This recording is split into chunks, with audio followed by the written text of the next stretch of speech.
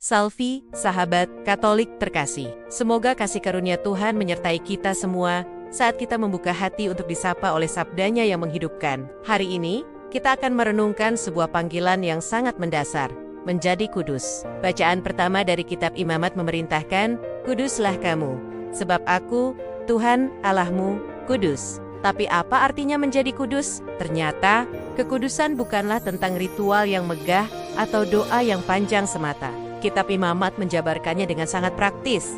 Jangan mencuri, jangan menipu, jangan memeras, dan puncaknya adalah kasihilah sesamamu manusia seperti dirimu sendiri. Perintah ini disempurnakan oleh Yesus sendiri dalam Injil Matius tentang penghakiman terakhir. Yesus berkata, "Segala sesuatu yang kamu lakukan untuk salah seorang dari saudaraku yang paling hina ini, kamu telah melakukannya untuk aku." Kriteria untuk masuk ke dalam kerajaannya ternyata bukan tentang seberapa dalam pengetahuan teologi kita, melainkan seberapa peka hati kita terhadap mereka yang lapar, haus, asing, telanjang, dan sakit. Ada sebuah kisah tentang Pak Lukas, seorang pengusaha sukses yang sangat taat beragama. Suatu hari di dalam kereta yang padat, ia melihat seorang bapak tua yang tampak lelah dan gemetar, berdiri di dekat pintu. Pak Lukas merasa kasihan sejenak, tapi kemudian ia kembali asyik dengan buku doanya, merasa sedang berkomunikasi dengan Tuhan.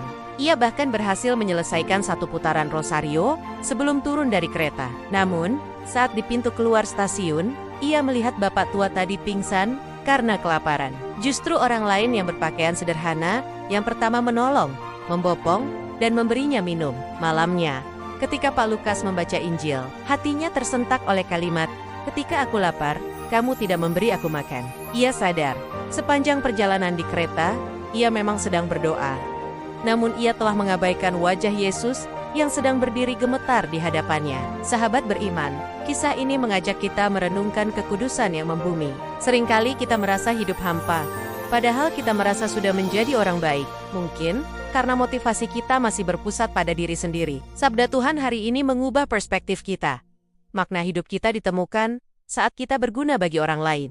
Saat Anda bekerja atau melayani keluarga, ingatlah bahwa setiap orang yang Anda temui adalah Yesus yang sedang menyamar. Melayani mereka dengan tulus akan memberi Anda sukacita sejati. Iman yang dewasa adalah iman yang bergerak, yang memiliki tangan dan kaki. Kekudusan berarti mempraktikkan kejujuran dan kasih dalam hal-hal kecil sehari-hari. Jangan menahan upah pekerja, jangan menyebar fitnah.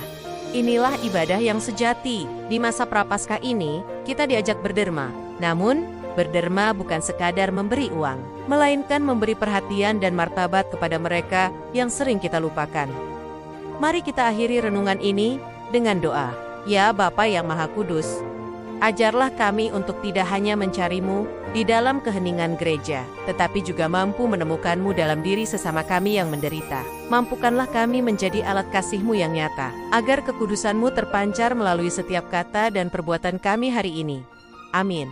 Terima kasih telah menemani kami hari ini. Jangan lupa untuk like dan subscribe, serta menyalakan lonceng, agar kita bisa terus bertumbuh bersama dalam iman. Tuhan memberkati.